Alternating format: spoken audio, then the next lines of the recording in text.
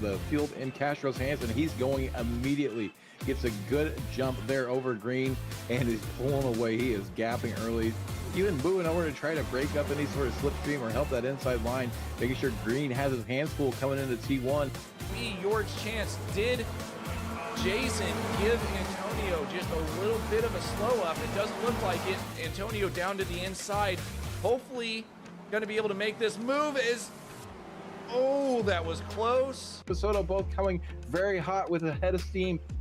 Playva going up to try to move out of the way and give up the slipstream. Here comes Gilliland. Slow down. Gilliland coming in, going to try to challenge for this podium. They're going to go too wide. Oh, no! Oh, no! Gilliland and Playva come together. Gilliland's going to come back across the line in 4th place. He's quite going to get there. There's a little bit of a lock up there from the 46 car. He's gone deep. Whoa. I don't know how everybody was able to get through that. That could have been absolute tears for that front runner.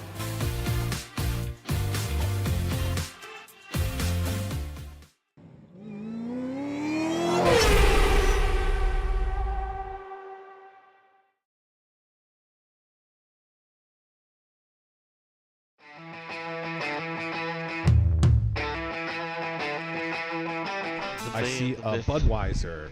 Go ahead and hold it up. Yes. That was the biggest clue. Yes, right Doing there. it for Dale. Man, it's so many gimmicks, right? I feel like they're making it a lot more complicated than it needs to be. I mean, a lot of people, you get polarizing opinions on DRS. I know you guys know exactly what I'm talking about here, but sometimes the effort, it's all about the boys. You know, like, hey, you know, life sucks sometimes, and you need the boys. iRacing kind of always has a tendency to kind of buff Yes. the new cars just a little bit. I'm not going to go on record saying it's because they want people to spend money on their platform and buy all the new content. Confirmed. But Yes. but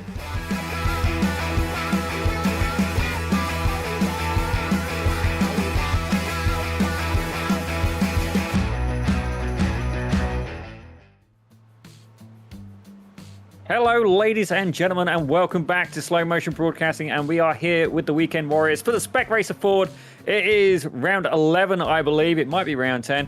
I'm pretty sure it's round 11, though. But then again, it is round 11. My apologies there, ladies and gentlemen. Round 11. And we are at a Spanish circuit today, ladies and gentlemen. Actually built in June 2010. So by racing standards, quite a young circuit. The track temperature is currently 81 degrees Fahrenheit. So not too hot, not too cold. But ladies and gentlemen, my name is Daniel Zippy Salmon. I'm going to be in the commentary booth today, joined by yet again Randall McGrew, and locked away in the broadcasting booth is Adam Thompson, our favorite person from Reno, Nevada. Actually, the only person we know from Reno, Nevada. But Randall, why don't you take us around a little bit about this track? This track, like you said, pretty new. Also fairly new to the iRacing service. So some drivers may find this to be a completely new experience for them on a tricky track that has some layout similar to Silverstone in a few sections. But it's definitely one of the faster tracks as well. And I say one of the faster tracks, if I have a look between turn 15 and turn 1, it has got a absolutely mahusively long straight. But let's take a look at the championship standings as we see there for the S1 series. That's basically 3,000 I rating and above. That's James Barry there in first. He's also leading, or was leading, the Formula 1600s as well. He's there in first with 762 points. Jason Green in second in the 160 Team Green Machine. And in third is Michael McConnell. As we have a look as well at the S2 standings, that's basically anybody who is 3,000 I rating or under, well, 2,999. But David Foy is up there in first with Bill Walker in second, with very, very closely followed by Team Bowles in the 316 machine of Dana Bowles with 417 points to 438.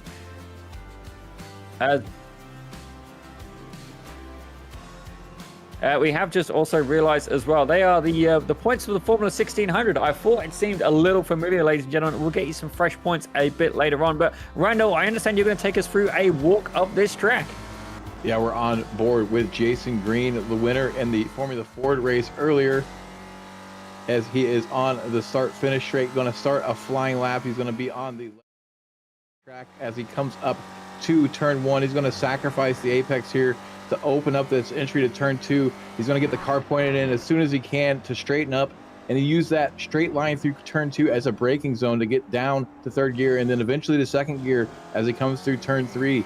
Going to blend a little bit to the right to open up the bend of turn 4, which is easily flat out, and then keep the car to the right for the long sweeping left of turn 5. You're going to see him go down to 3rd gear about halfway through this corner, blend out, and then try to break in as straight a line as possible for the following turn 6, then run over all the way to the apex for the easily flat out turn 7.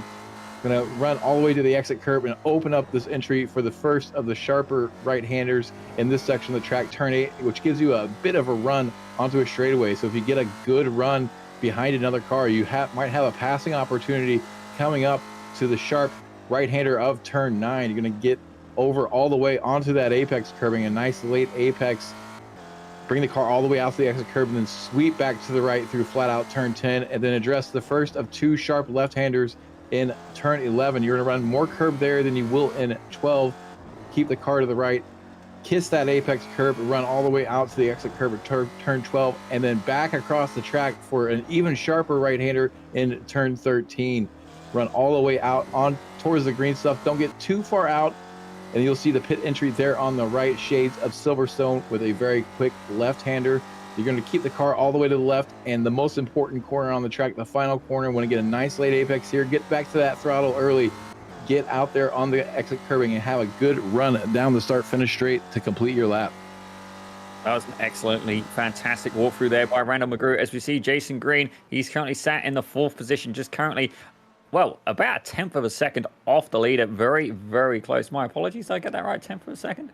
My timing scoring is currently jumbled up, ladies and gentlemen, but we see right now your pole sitter is Maurizio Naselli, and I'm hearing we maybe get the points through. I don't know if we're going to do them now or if we're going to do them during the grid. We'll find out very shortly. But actually, speaking of the grid, these guys just 10 seconds left of qualifying, but I do believe here at the Weekend Warriors, they give them the courtesy of being able to finish that lap. So that's definitely a bonus if you're on a hot lap. As you see there, Maurizio has just gone a little bit wide off. As we're looking at Felix Simoes, he's currently sat in 2nd place, and I believe he had a little bit of jammy luck recently, or certainly was it unfortunate. I'm trying to remember now. My apologies, ladies and gentlemen. A few brain cells may have been killed in the making, not necessarily of this broadcast, but in getting me where I am today. And you'll notice that at various times during the show. Felix Simoes has been looking fast all practice, was at the top of the leaderboard during practice for a significant portion of it. He and Maurizio going back and forth for leading that practice session, and now he's going to come home in 2nd. It looks like possibly improving on this lap, not quite. So Felix Simoes is going to be starting in 2nd. We're going to jump to Josh Wilkie, who's now coming through the final corner on that run down to the finish line to see if he can improve. Right now, back in 15th, looks like he's going to abandon. So obviously had an issue earlier in the lap when would have invalidated it anyway. So going to hang it up. We're waiting for the last few cars to come across the line. Well, it definitely looks like a very beautiful track here. Don't get me wrong, it's not got the scenery of some of the others, but I do enjoy the elevation change as well. Look at them absolutely beautiful hills there in the distance. It's almost to the sound of music, albeit with Spanish subtitles, ladies and gentlemen. And we're going to have a very quick look at that grid in just a short moment as it comes through to the broadcasting booth. As soon as we get it, ladies and gentlemen, believe me, you'll be getting it here as well. But huge shout out to everybody who's joining us there in the chat. Michelle Lynn, great to see you back in here as well. Apparently Jason Green is so smooth. I wonder if he is potentially getting in with Carlos Sainz on that one, the smooth operator himself. He's going to be going over to Williams. And also as well, welcome to Outlander as well, Wardenfeld Outlander. Happy Sunday, gents, indeed. Thank you very much. Can't say that I've ever met you before, but it's great to have you here in the stream. We're on board, or we're taking a look at Aleix Pleva, currently in 3rd position on the leaderboard, and was also fighting in the top 3 all through the practice session. He got mixed in with Maurizio and Felix often throughout the qualifying and the practice sessions. So keep your eyes on Aleix. He does have a lot of pace, and we've seen him flex that muscle before. So expect to see him fighting for the overall win. He definitely has the pace and he has the potential, but we're going to be seeing exactly where these guys start up in the grid very, very shortly as, yep, he has aborted that lap. And, you know, definitely You know, definitely a interesting circuit as well. I do think that the draft is going to be a crucial part of it. I don't know if we're going to get too many speeding in the pit lanes with having such a pit entrance like that. But you see, Antonio Reese, he's still got that Spec Ford out on the track right now. Says he's on an out lap, and yep, there we go. I was going to say I didn't think that's going to let him keep going. So in just a second, we get into that grid. Motorsport Vision, actually the owner of this track, and I believe that they bought it in September 2022. But here's the grid, ladies and gentlemen. Week 11 of the Weekend Warriors here in the Spec Racer Ford. As we have Maurizio Nazelli, he's there in first with Felix Simoes alongside him in second. So we have a look at the second row. Les Plaver for Cool Team and Jason Green. That was your F1600 winner just an hour or so ago. He's there in fourth with Antonio Reese, the Masters driver, there in fifth with Daniel Wood in sixth, Jeff Fritcher in seventh, and Stephen Healy in 8th. As we have a look at 9th, Joshua Justice is there with Jörg Manny alongside him in 10th, and Philip Berry and Andrew Love take up 11 and 12. 13th is going to see the likes of Jeff Jacobson in the number 40 entry, starting alongside Tom Gradwell. P15 is going to be that car we've seen abandoning there at the very end, Joshua Wilkie, starting next to Arnis Jurcevics. P17 is going to be David Tremblay, with P18 being Brad Cathcart. Paulo Bream going to start 19th alongside Adam Bradshaw in that 10th row. 21st is Russell Telker, with 22nd being Jason Greider. Behind them, Flavio Endalo and Andrea Favini in 23rd and 24th. Well, definitely a good grid as well. I do believe we got 25th and 26th as well. Charles Vaccaro and Ken Poulin as well closing out that field. But ladies and gentlemen, if you want to get involved with this series, definitely check them out on Discord. If not, come and see our Discord. But let's have a redo at these points, ladies and gentlemen. So this is the points for the Spec Racer Ford. Jason Green for CC Motorsport. He's there in first with 789 points for the S1s. Les Plaver in second with Daniel Wood closing up in third, actually very closely followed by Joshua Justice and Dudu Castro. But as we have a look as well at the S2 Championship standings, Andrew Love, he's there in front. Actually, very close battle going for first and second. Russell Telker there in second with Joshua Wilkie. Definitely a bit of a gap behind in third. And let's take a look at personally my favorite one. As you see, Antonio Reese moonlighting at the bottom of your screen. He is currently the leader of the Masters. Definitely getting a photo bomb in there for the 914 machine. And so our director's like, whoops, get rid of that. He's currently in the lead with 631 points. Jörg Manny only 31 points behind him in second, with Tom Gradwell there in third. So that battle in some of these divisions close enough that one bad race may be a deciding factor at this late stage of the season. Most of the leaders have a comfortable margin over second place, but all it takes is one bad race, and then calculating the drop weeks becomes a little bit more nerve-wracking for that leader. So all these leaders want to continue to have good, clean races. So keep your eyes on those drivers in particular. A long pace lap here. They're going to have plenty of time to work some heat into these tires, which they're going to need. Sector 1 starts with a nice trail braking section, and Sector 2 also has that long left hand that's going to require a bit of trail braking, and it's going to be a wild ride if those tires are extra cold. Well, definitely the Spec Ford can be a little bit haphazard under cold tires, and it's interesting as well. Some drivers are into giving it a little bit of the weave, a little bit of the shake, as we see Joshua Wilkie there twerking. Not for dimes, ladies and gentlemen, but to try and get a little bit of heat into those tires. That is one of the directors here at SMB, one of the producers. You know, he does get involved in that every now and again, and certainly somebody will be cheering for very discreetly. I say discreetly, you know. Let's be real, ladies and gentlemen, I've never really been one for being discreet. Yeah, well, that's a whole rabbit hole we can go down. Our director definitely going, yeah, we know, but a little bit more flamboyant, ladies and gentlemen. But certainly myself, I've always just ran the lap just very casually. You know, it's consistent, it's predictable, and it's something that is easier to practice as well. Megan Overstreet actually missing from the roster today, but she's currently actually out doing a legitimate race weekend. So I got to say, that's friggin' awesome. Good luck with that. Hopefully her weekend goes very well as the pace car is heading in. I tell you what, Randall, why don't you lead us off for this one? It's going to be interesting to see exactly where Maurizio goes, if he's going to go immediately off the last corner or if he's going to back everybody up to try to prevent any big slipstreams down the front straightaway. Pit road is going to be a big deal here today. As we see Maurizio, he's going to wait and let everybody back up. I thought he was going to go for a second, but no, he's going to back everybody up. We're going to probably see a little bit of stack up before he finally goes, waiting for that green flag, waiting for Maurizio to go. And I hear the throttles being applied, and Mauricio is off, gets clear of P2 easily off the start, and begins to blend out 3 wide into turn 1. Look out, this could be dangerous, and so far, so good.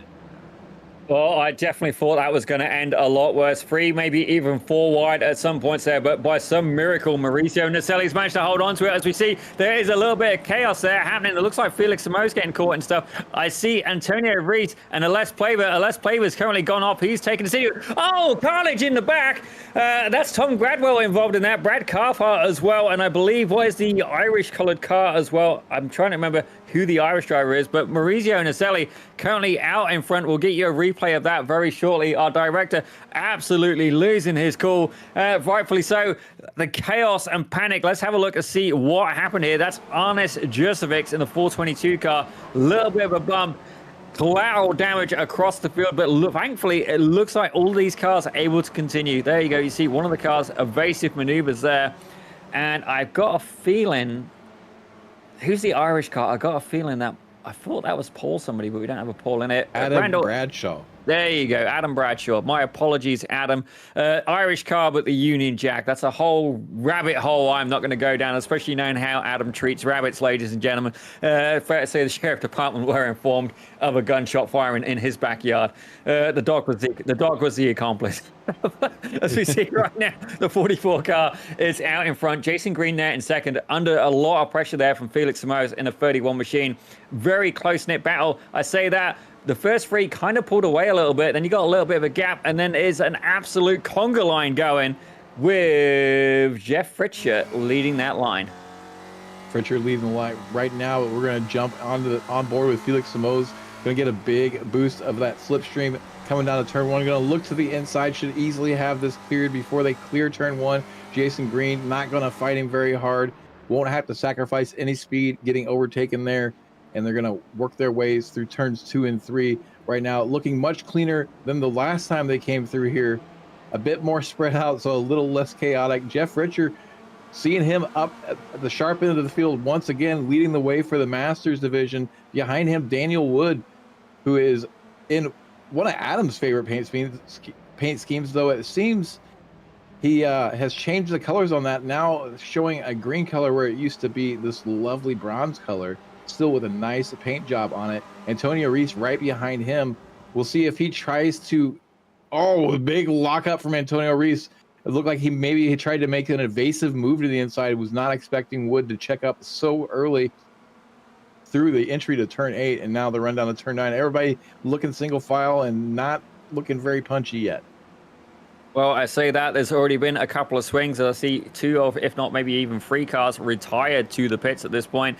The 24, the 929, the 422, and the 414 all currently being posted as out. As I have a look through as well, who is currently the hard charger? Well, it is actually Andrea Favini. They're up 4 spots back in 20th. So fair to say they probably did not put in a qualifying time. The Swedish driver for Alex Kart Racing Raptor. And don't get me wrong, as a British person, I sometimes get associated with anything British is my fault. Well, I'm going to do the same thing, ladies and gentlemen. The 27 car, definitely proud that he is in the home of Volvo, ladies and gentlemen. And now that you've stopped listening to me at that point, let's give it back to Randall for the commentary. We see they're making their way through the closing corners of the lap. This final corner is so important as we see a big checkup in front of Favini. And now going to try to salvage a run. We got a car to the inside. Looks like Flavio and Dallo had a bit of an issue there after the apex of the final corner. Now going to be a sitting duck. Going to probably lose 2 spots here. And you can see another battle forming there. He's going to have a nose. Favini has a nose presented to the inside, but does not have room to get stuck in there. Luckily for him. And Telker now running wide through turn 3. So one mistake becomes another mistake, and Russell Telker falling down through the order. I do think that it seems like he just went on a little bit of that green asphalt stuff there, and it definitely caught the car a little bit unsettled. But currently, Felix Samos in the 31 machine for Type 116 Motorsport. He has taken that fastest lap title away from Maurizio Naselli, and he's currently 1.5 seconds back off the race leader. So there's definitely some work to be done. As I see there is battles going on through the field, ladies and gentlemen. Multiple battles. That's your race leader right now, and he's currently, as you can see there, He's having a pretty good race so far. He's got that 1.5 second gap. Can he capitalize on that? Currently, it means he has broken the draft. Tussimo's behind him, but definitely a lot of work left to be done. We're only 5 minutes into the race with 35 minutes left to go. All it takes is one small bobble from Maurizio to fall back into the clutches of Felix Simoes. Felix has closed it up by a 10th over the past few corners. So now possibly with a good run out of this final corner, could sneak up to the slipstream range of Maurizio Naselli as they make their way through turn 14. And they really need to line up that entry to turn 15 and get it just right. You see the pit entry there on the right in that shot. Pit entry gonna be extremely important. It allows you to cut part of the track, but you really, really have to attack it. And you can go through it much quicker than it appears from the cockpit.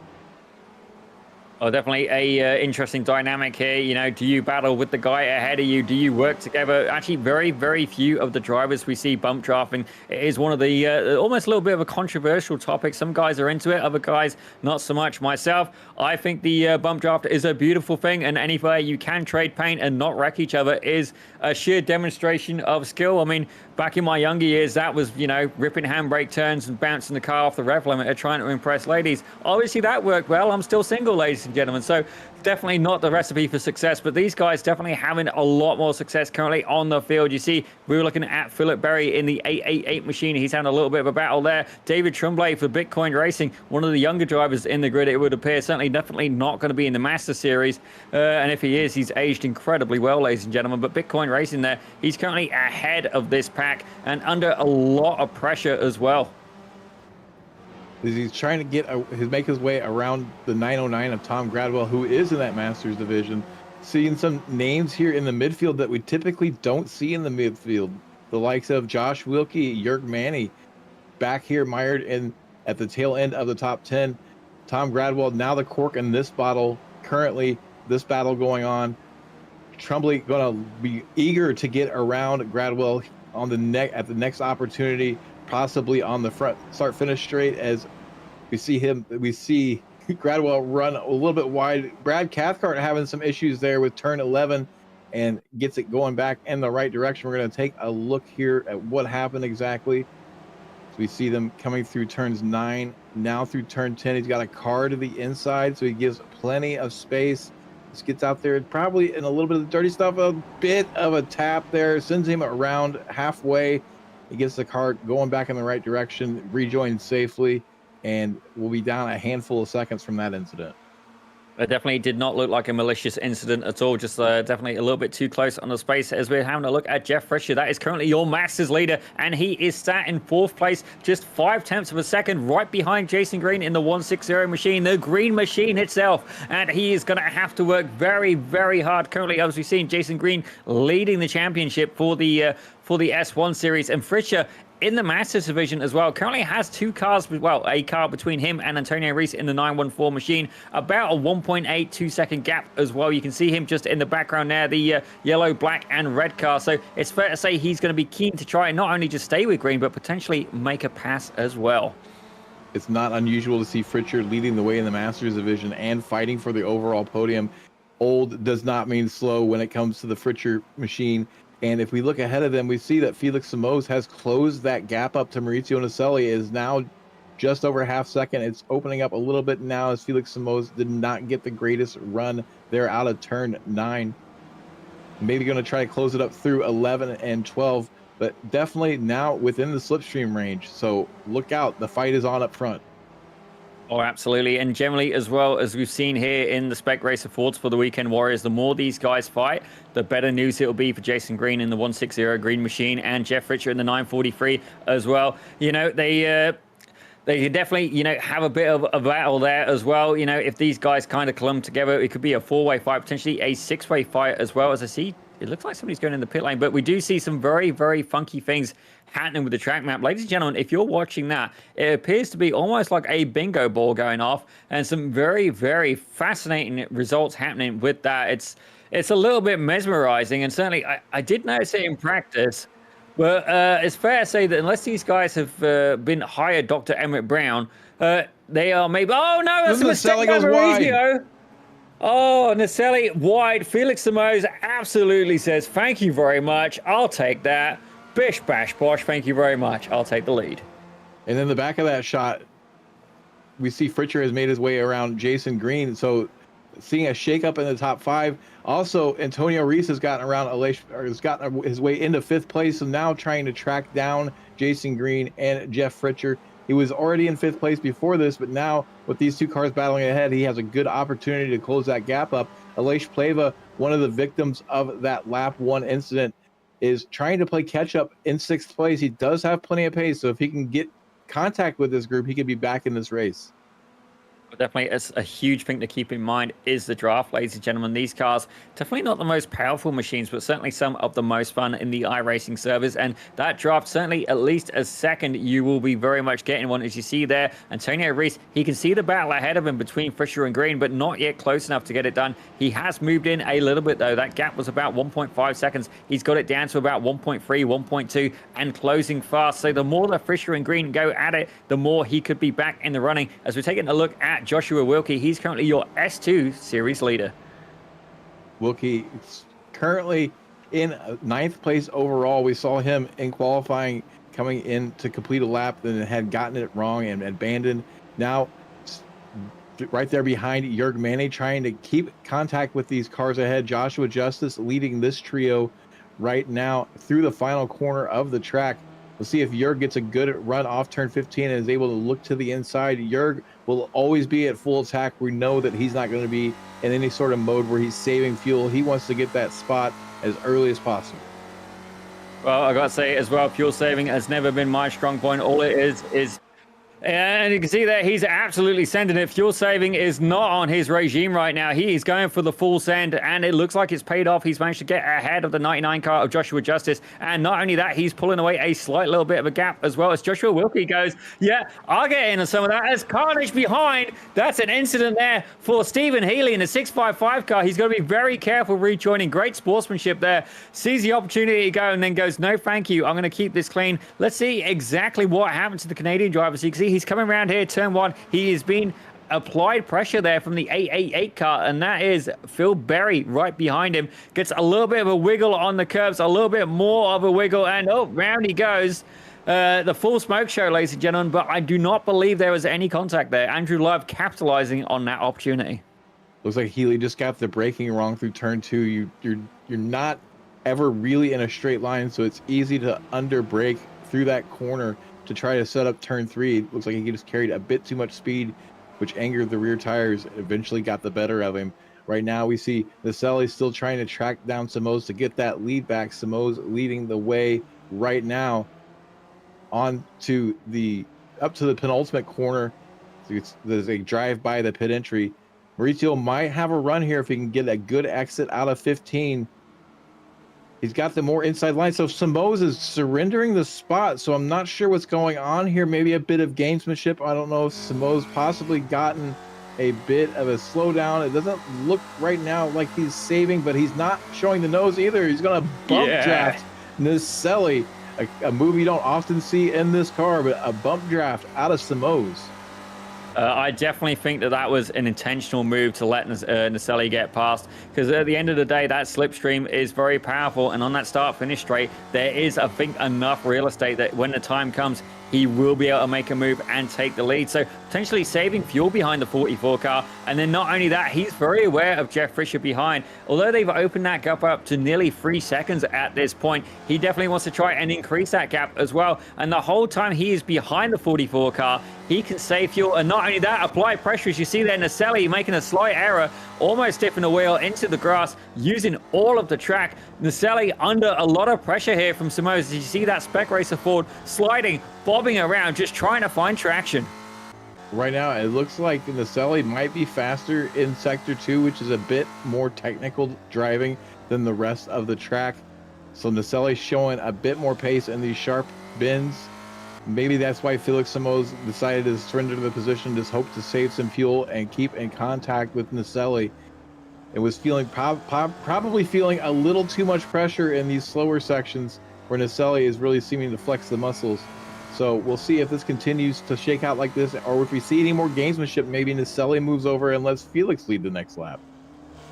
I'm not too sure exactly what happened. Certainly, it can be a little bit of a distraction if a driver all of a sudden concedes a position to you, but Simoes is definitely going to have to keep working hard. He's about 4/10 of a second back as I do hiccup through this, and that gap actually expanded a little bit there. He'll be close enough that he gets the draft, but certainly not close enough to give him a little bit of a tap on the rear end and push him along. But that gap opened up between second and third to a full 3 seconds now, and gradually expanding with every lap. This run through turns 1 and 2 is a prime opportunity to do some fuel saving, and we do hear him lifting there before he gets to the brakes. So doing some fuel saving could probably do more, but he's most interested in keeping in that slipstream range, so he doesn't want Naselli to run away from him. So doing some fuel saving, but really only marginal at this point, it could be enough for him to gain that position in a measure through the pit strategy. Well, I do wonder as well, if you are in the 44 machine, do you then back out of it and try and pit really early to stop Felix Simoes from having that advantage? But say that Naselli has pulled away that gap, gone from 4/10 of a second to about 8/10 of a second now. Battles happening throughout the field. It looks like Joshua Justice and Joshua Wilkie, pair of those guys going at it as we're looking at Andrew Love. Well, very briefly there, Joshua Justice and Joshua Wilkie is back. The two Joshuas are hard at it. Which one do you want to cheer for? You know what? Both of them, both very successful here in the Spec Racer 4. The 99 machine getting absolutely slam dunked earlier on, looking to make a recovery as they go on through this race.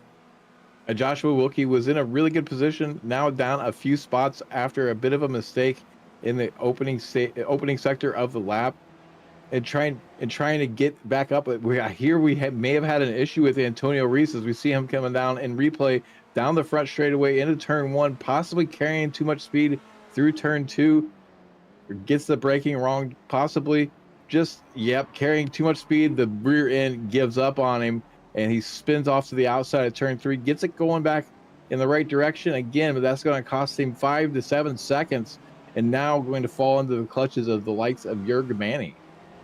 Well, that definitely is a move that has backfired hard for him. As you see there, Joshua Wilkie, he's a little bit behind Jürg Manny, not close enough, but Jürg Manny as well. It was about 8/10 of a second, that gap between him and Antonio Reese, and Reese, no doubt, very aware, and he has put the hammer down all the way. And thankfully, Jürg Manny not wearing a paint job that makes me have ridiculous outbursts on stream this time. And certainly, he definitely got me good one time there. But you see there in the background, that actually looks like Joshua Justice is being under attack from the AAA car of Phil Berry. Phil Berry in that red machine. He's definitely going to be keen to try and make a move. We'll see if we get the action. What's going on there with Jürg Manny?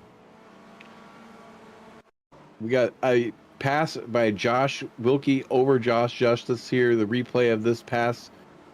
We see now Josh Wilkie will retain the Spec 2 lead over Josh Justice. Justice running wide there in turn 15. We see Jürg Manny there in the back, or not Jürg Manny, another driver in the background there running wide in turn 15 as well.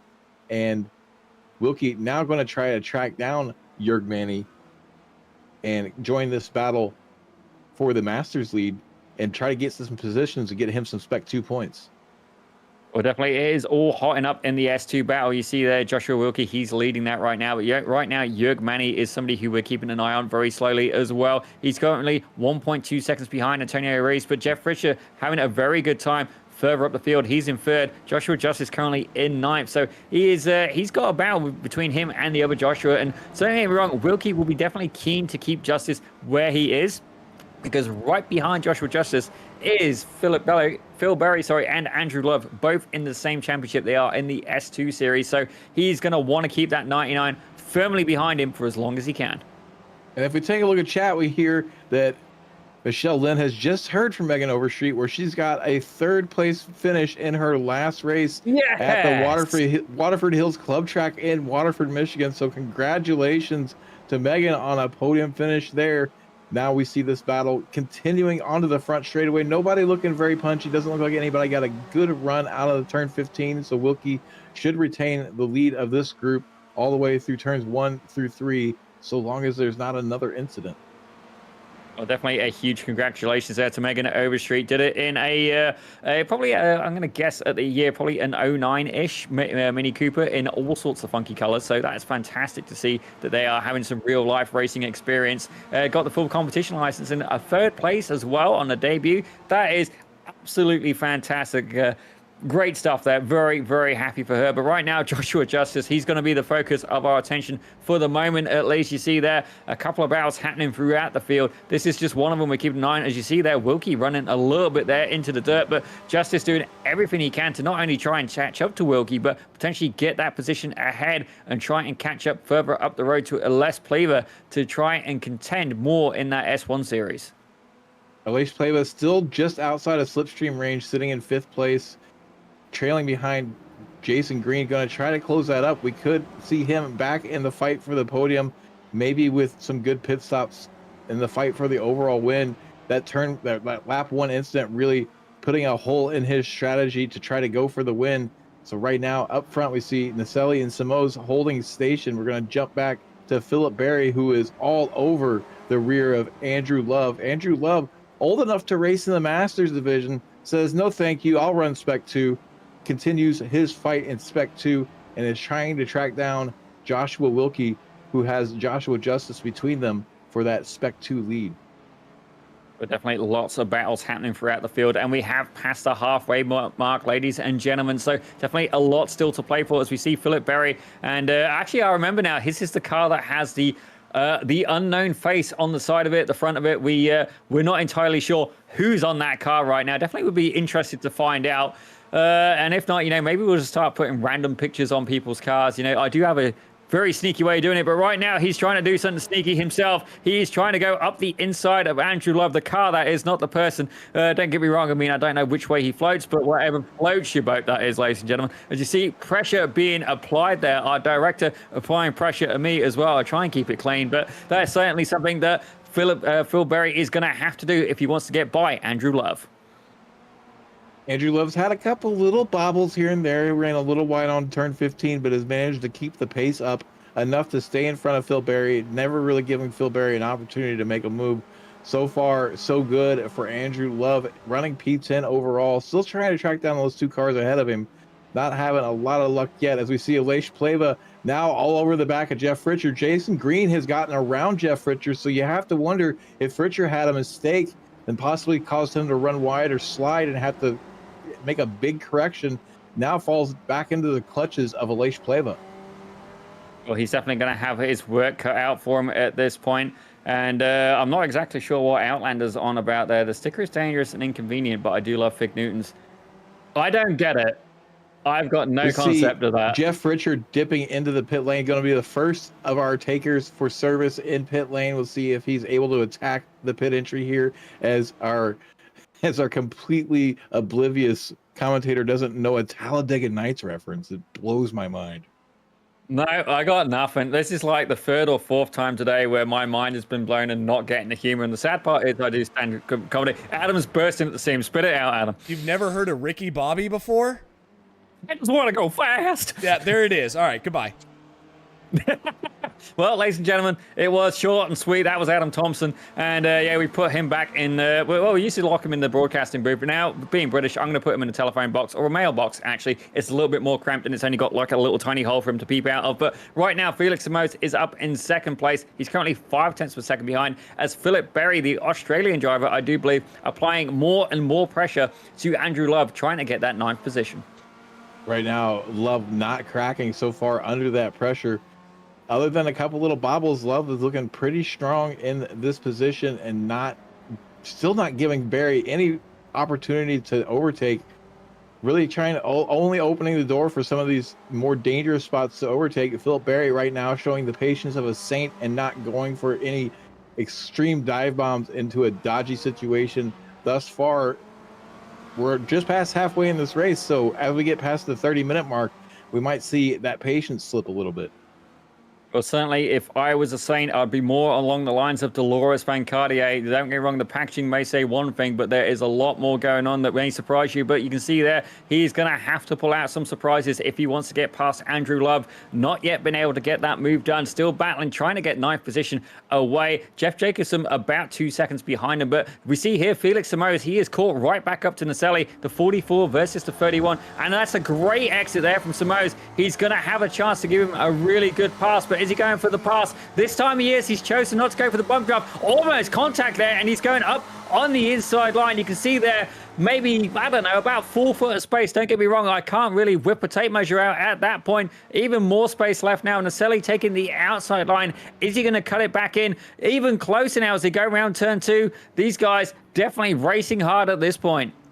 Felix Simoes would have had a bit more difficulty getting that car woed up for turn 3 on that tighter line, but gets the move done.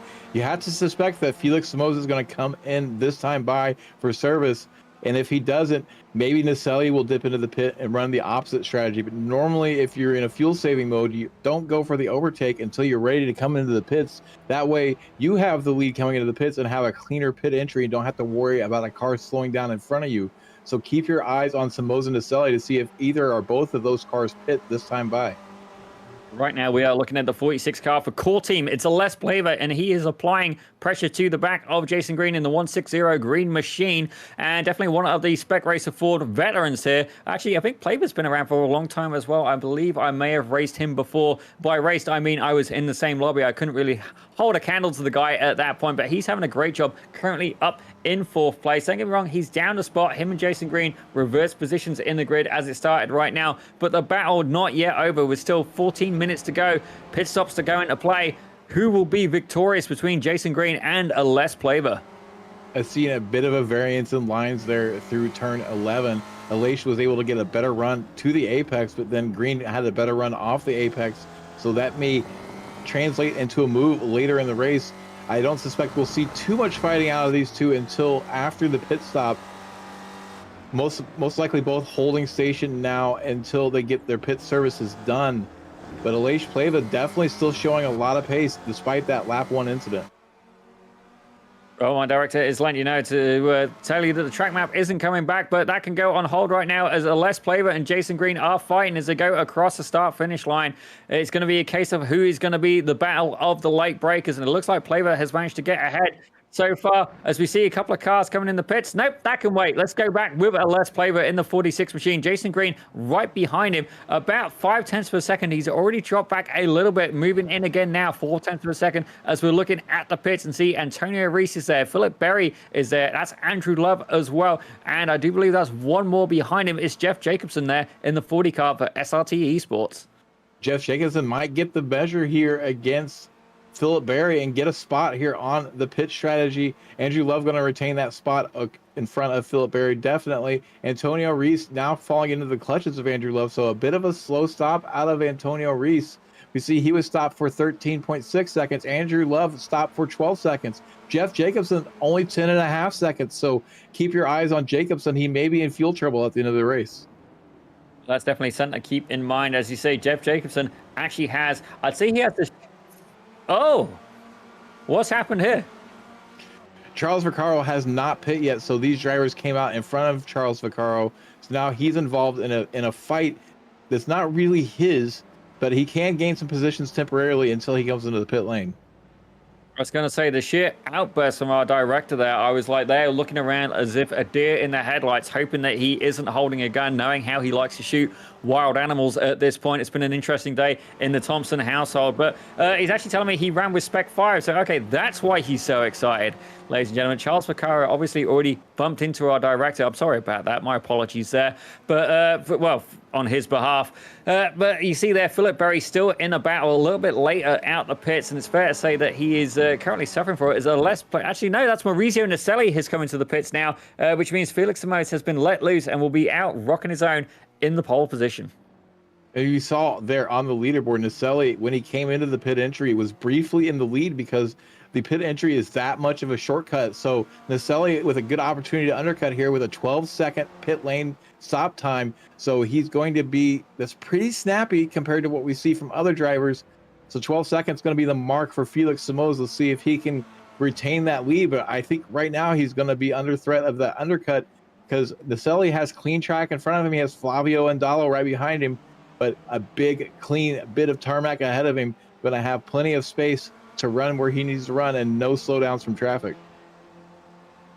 Well, that is definitely a win looking for Naselli there. And Darlo is going to see that opportunity ahead of him, and certainly he is within that drafting range. Can he do anything with it? We're going to have to find out very shortly. And Darlo, not yet one of the people who's pit. Maurizio, actually the highest car position that has made it into the pit so far.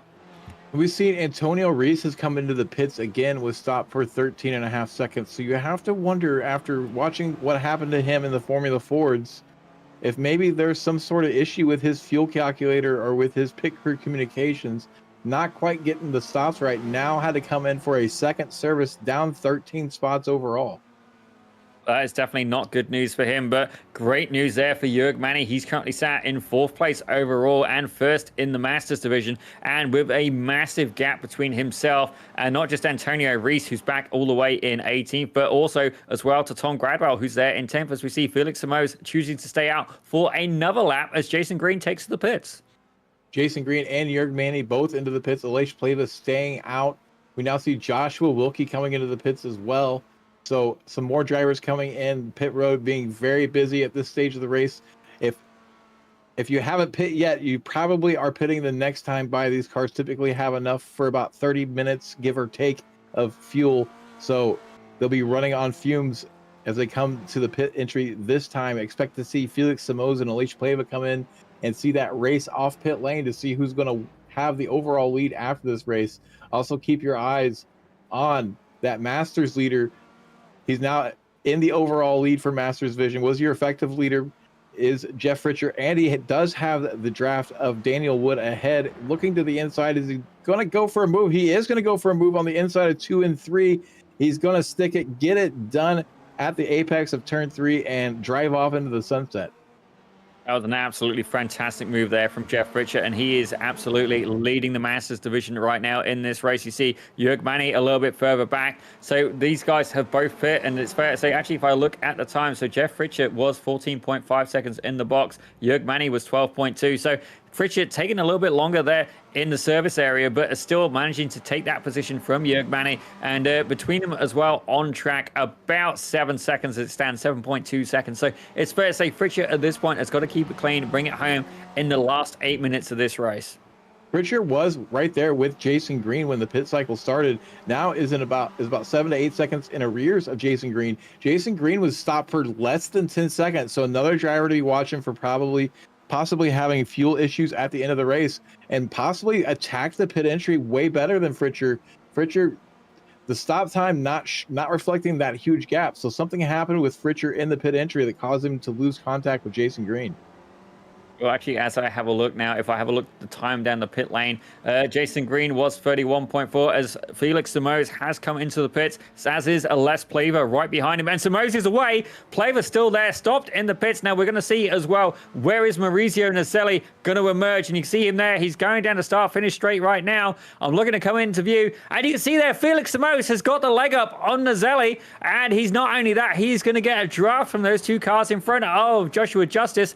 And okay, I'm looking for the other car in between. Jason Grider. I'm looking at the thing at the bottom right that I always forget about. Ooh. So, Simoes stopped for 2 seconds less than Naselli, and now with a bit of a hairy situation getting around the lap down car of Jason Grider.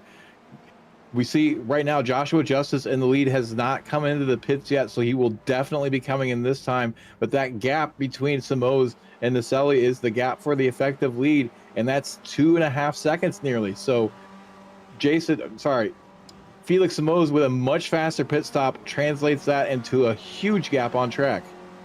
Yeah, so the gap between those two guys going down, certainly in the box, was about 1.4 seconds. If I have a look at the pit lane time overall, it's about 2 seconds, about 1.9 seconds going off Zippy math. So take that with a pinch of salt, ladies and gentlemen. Not always the best at math, despite the fact it's one of the few things I could do years ago. But again, age is a cruel a cruel mistress, I guess. Well, I'll say that. Look at some of the Masters guys. Obviously, they don't believe in it. I hear the secret to staying young is to have fun, live exciting, and alcohol sometimes helps. But it's fair to say, it's definitely not worked out for me. But as we have a look at Jeff Fritcher, it's definitely worked out for him. I don't know what his combination is for success, but currently, and don't get married from our director there. Leave that one. I don't think Sarah's watching the broadcast, but if she is, it may be his last, and hopefully he's locked that gun away very, very, very securely. Otherwise, he may meet the same end as Bugs Bunny did earlier on. But currently, as you see, Jeff Fritcher currently leading the Masters division up in 6th place.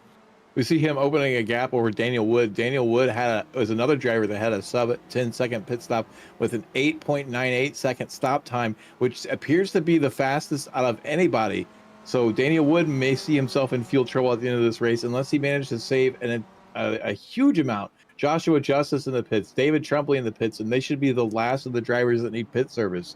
So those two drivers holding out until the absolute last moment to come into pit lane. Now we see Aleix Pleva has caught up to Jason Green and going to be pushing hard to get that final podium spot.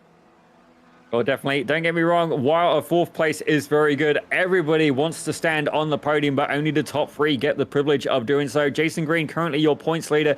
Let's Pleva, definitely not a slouch either. As you see, Green carrying a little bit. Actually, so did Pleva as well. Really dipping the wheel onto that very slippery green surface just there. Pleva applying the pressure. Jason Green is going to have a face full of Spec Racer Ford in his rearview mirror. That's if he's even looking at it at this point. You got to focus on the drive ahead as well. Definitely work to be done with under 5 minutes left to go. Aleix Pleva really going to be kicking himself after this one. That lap 1 incident ruined his races. He was one of my favorites to win this race overall. He's shown top 3 pace the entire race. Definitely could have been hanging with the leaders if not for that unfortunate incident. Now trying to work over Jason Green as they come through turn 12 and the run to that sharp right-hander of turn 13. We see Joshua Justice now chasing down Jörg Manny. Jörg with a nice little recovery run. He was mired down in the midfield, now coming up towards the top 5 in P7. He has Daniel Wood ahead, who may be having issues with fuel at the end of this race. We'll have to keep an eye on that gap. But right now, leading the way over Joshua Justice and Josh Wilkie. See here, Andrea Favini, the Swedish driver, is applying pressure to Flavio Andalo as well. Sweden versus Brazil at this point. 0.5 of a second in it, as you see Andalo carrying a little bit too much speed through there, dipping a wheel on that slippery green surface, but managing to keep everything in check. Andrew Love right behind him. He's in the S2 class. So right now, a battle going in the S1s as something has happened. Yeah, it looks like Aleix Pleva has managed to make it down on the inside of Jason Green. Very, very tight racing there, and Green very quickly getting back under the rear axle of that machine. We're going to take a look at the replay of this. It's going to develop as they go through turn 2. Actually, it's going to develop before then. Even Aleix Pleva goes for the inside move in turn 1. Runs pretty tight here, so he's going to have to brake more than Jason Green, which is going to give him a run back on the outside. But ultimately, that inside line is enough to get it done for Aleix Pleva. Gets that move done at the apex of turn 3, and now is going to work on trying to track down Maurizio Naselli, but he's running out of time. I would be very, very impressed if he can catch Naselli in a 5-second gap, but already pulled away a second on Jason Green. As we see a little bit of a wiggle there, and that's definitely carried a little bit more too much speed there, not from Favini, but from Flavio Andalo. I thought he was going to lose it at that point. Definitely feeling the pressure of Favini right behind him. That gap still holding steady, 6 of a second, and you can see Andrew Love right behind him. He's going to be hoping these guys keep battling and potentially bring him into the mix for a top 10 position.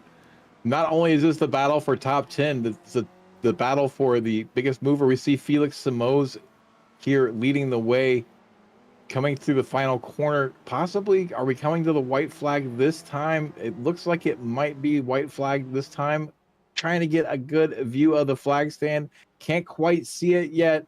Show us the flag. Show us. Yep. There it is, waving in the air. Barney has the white flag in the air. Jason Green now in the back of the picture.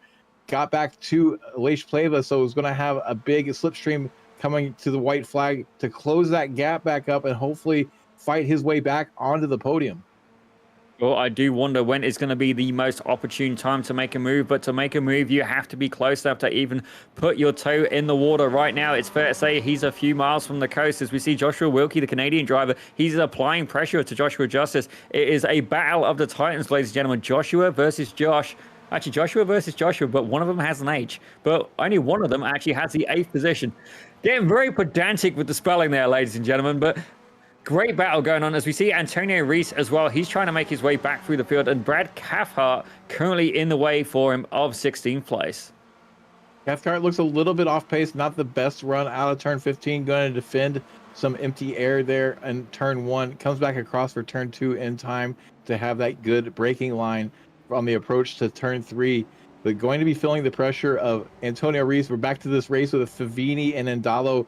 The race for 10th place and the race for the biggest mover. Both these drivers with sub 10-second pit stop time. So Andrew Love may inherit both these spots if they start to have issues with fuel. We see Jason Greider ahead of them blocking up a wheel on the entry to turn 8, and then moves out of the way on the straightaway between 8 and 9 to let this battle commence without any traffic. That's definitely great sportsmanship there from the 552 car of Jason Greider. And don't get me wrong, we're not giving him too much screen time today. What happened there? Favini goes around, and Dallo is going to keep that spot and run away with it now. Andrew Love manages to avoid the issue and is now hoping that Favini is going to, or that Andallo is going to have some fuel issues and get him that other spot. But right now, Andrew Love inheriting a spot off of that mistake from Favini. Well, I do wonder exactly what happened there as we see a race almost at the line. Jason Green right under the rear axle of Les Plaver. Les Plaver able to hold on in that 46 machine. Just keeps Green away from that last podium spot. 3.6 tenths of a second there. As we have a look, we got another battle going on as well. It's Healy in the 6655 machine. He is applying pressure to David Tremblay in the 296. 3 tenths of a second in it. Healy definitely not having the race that he dreamt of. 12 positions down as it stands. Still definitely a little bit of real estate left to go. He's trying to get the 19th spot. Oh, that's one way of doing it. Tremblay dives into the pit lane. Tremblay dives into pit lane. Clearly not enough fuel to get to the finish line. He's going to come into pit lane for the shortcut to make it to the finish. But Healy is going to get this spot 19th after he was punching way above his weight earlier in the race. We saw him with a bit of an issue in turn 3. Comes home 19th. Well, we're going to have a quick look at the replay to see exactly what happened to Andrea Favini. Something sounded a little bit off. I'm not entirely sure it was fuel, but we're going to find out here. We're taking a quick look. You can see him right behind the back of Flavio Andallo. And yeah, a little bit of a lock up there. And up, there we go. It's not fuel, ladies and gentlemen. He just got a little bit too keen, a little bit of over rotation. You see there, Jason Greider doing a great job to get up and out of the way. No contact, but the pressure just proving to be a little bit too much near the end. Yeah, it looked like Favini was trying to show the nose there to intimidate Andallo a little bit. As he came back to address the corner and open up the entry, just had the weight in the wrong spot. It sends the car around, so he'll learn his lesson from that. But now we see the official results on screen. Felix Simoes with the win. Yeah, Felix Simoes did that absolutely fantastic win for the Type 116 Motorsport car, pulling a 3.7 gap to Maurizio Naselli in second. Les Plaver, he managed to snake third away from Jason Green, who got fourth. Jeff Pritchard, that is your Master Series winner, ladies and gentlemen. He got fifth overall with Daniel Wood in sixth, Jörg Manny in seventh, Joshua Justice in eighth, and then Joshua Wilkie, he was your S2 winner, ladies and gentlemen. He's there in ninth with Flavio Andallo in 10th. Andrew Love coming home P11. Andrea Favini there with the turn 9 incident on the last lap. Comes home 12th. Jeff Jacobson going to be 13th. Philip Berry 14th. Tom Gradwell 15th. Antonio Reese, who we've seen had the pit twice, comes home 16th. Does manage to get that position away from Brad Cathcart there on the last lap. Brad coming home 17th. Paulo Bream going to be 18th.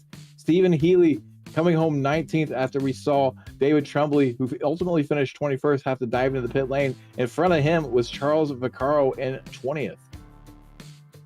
As we have a look at 21st, David Tremblay, he got there. And in 22nd was Jason Greider. We saw a little bit of him near the end. Russell Telka, definitely not the race he had, taking an early retirement, as did Arnis Jerzovic, Adam Bradshaw, and Cam Poulin, closing out your 26-car grid. And what an absolutely fantastic race. Definitely not one of my more familiar tracks, but a lot of fun. But I do understand we have been walking around the pit lane, and I believe we've been able to catch up with Felix Simoes. Now, Felix, you are the race winner, and not only that, the S1 winner today. Tell us a little bit about what you did to prepare for this race.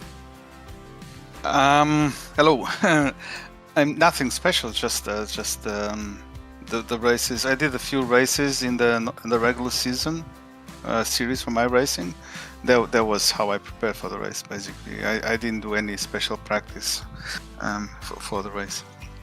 Well, ladies and gentlemen, sometimes repetition is key, and certainly official races can be a good trainer. Definitely a few wild cards in there, but I gotta say, it looked like a very fun battle. You was bump drafting Maurizio a little bit earlier on. Tell us a little bit about that. It was just because I missed the last corner. Mauricio passed me, and I felt, I mean, I would not pass Mauricio again. I just bumped him to see how we would go with him in front and me following. And then I started doing lots of mistakes. Was a bad phase of the race, but it was just that, nothing more than that. Well, it definitely worked out in your favor, and congratulations there on the win. But before we let you go, is there anybody you'd like to thank? Yeah, as usual, everybody in the race, all the drivers, really nice, really fun to be here, the organizing, and you guys in the booth with the commentaries. It's always fun to watch. Well, ladies and gentlemen, that was Felix Demers, your race winner and S1 winner. Thank you very much for joining us. But I do understand that, Randall, you were able to catch up with our S2 winner, Joshua Wilkie. Hey, how's it going? Josh saw you come home to take the Spec 2 victory. Tell us about your race out there today. Yeah, that was a really fun race right from beginning to end there. I got a great start. I'm not sure what happened to the guys in front of me, but I threaded the needle, made a bunch of passes right away, and then just kind of stuck with Joshua Justice and Mountie for a while there, who have a lot of pace, and tried to stay with them. Going into T1 over and over again was just a clencher over and over again. T1 at this track is just horrible. But other than that, it was a great race. Yeah, really enjoyed it. Glad I got a win. So you seem to do pretty well in traffic. You managed to dodge the incident there on the first lap. What was it like out there in traffic at the opening part of the race? Yeah, this is a really strange track to race on. This is actually the first time I've actually raced it. I did a bunch of practice this week. Yeah, it's really weird. Like, you can't take the inside on T1. Everybody on the outside's faster, and it causes this weird congestion through T2 and T3. It's a very strange track. I'm usually really good in traffic. That's kind of the thing I'm good at. So yeah, I think I came out on top today, probably because of that. Well, those skills worked out for you today. Before we let you go celebrate your win, is there anybody you'd like to thank or shout out? Yeah, big shout out to my girl here. We're getting married next Friday. So yeah, things are gearing up. Family's showing up here soon and everything. So hi to everybody. Thanks to you guys, obviously, and all the drivers out there and everything today as well. It couldn't be possible without you guys. So yeah, good times. Well, congratulations on the win, and maybe we'll be talking to you after your honeymoon. Yeah, totally. I'm actually leaving just a couple days after the next race, so I get the last round in and everything too. So yeah, I'm not sure where I am in the standings now. I think I may be in on a podium for the championship here. So yeah, pretty stoked about it. Well, good luck to you. Good luck with your upcoming nuptials, and we'll hopefully talk to you next week. Right on. Thanks a lot, guys. Appreciate all your work. And that was your Spec 2 winner, Joshua Wilkie. And Daniel, who have you found?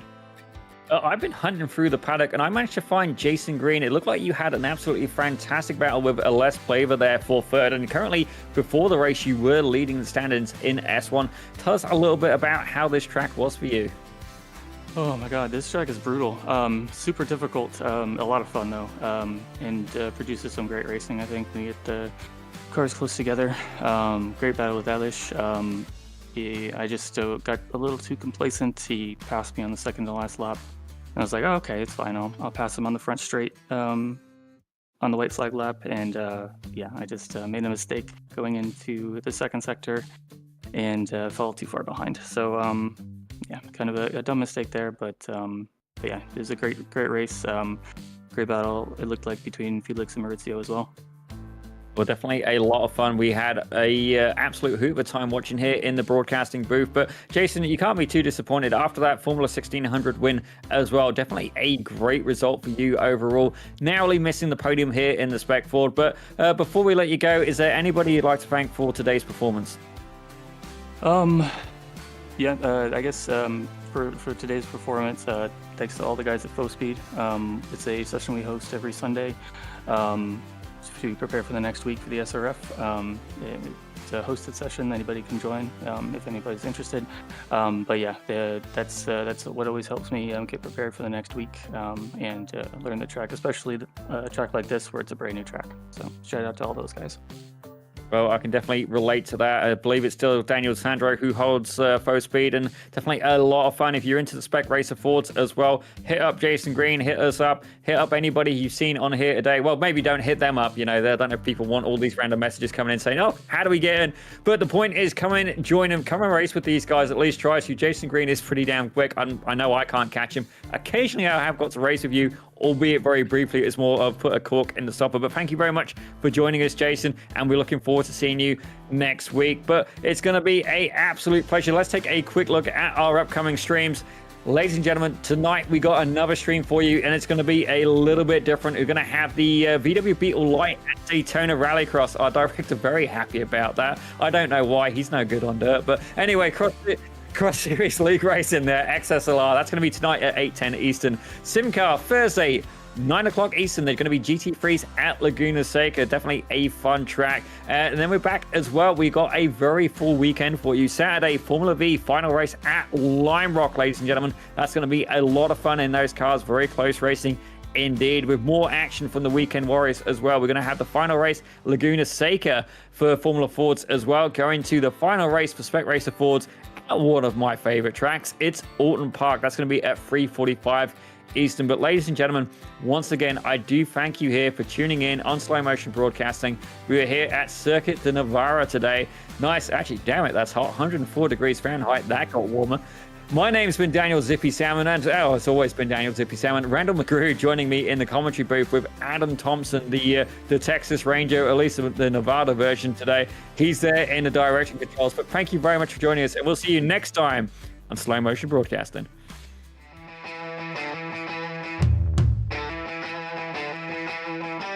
I see a Budweiser. Go ahead and hold it up. Yes. That was the biggest clue. Yes, right Doing there. it for Dale. Man, it's so many gimmicks, right? I feel like they're making it a lot more complicated than it needs to be. I mean, a lot of people, you get polarizing opinions on DRS. I know you guys know exactly what I'm talking about here, but sometimes the effort, it's all about the boys. You know, like, hey, you know, life sucks sometimes, and you need the boys. iRacing kind of always has a tendency to kind of buff Yes. the new cars just a little bit. I'm not going to go on record saying it's because they want people to spend money on their platform and buy all the new content. Confirmed. But Yes. but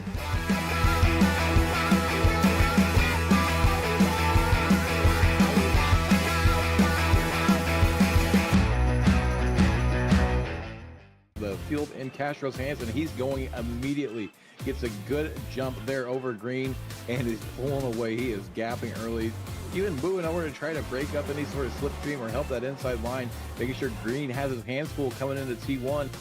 Your chance. Did Jason give Antonio just a little bit of a slow up? It doesn't look like it. Antonio down to the inside. Hopefully going to be able to make this move. Oh, that was close. Soto both coming very hot with a head of steam.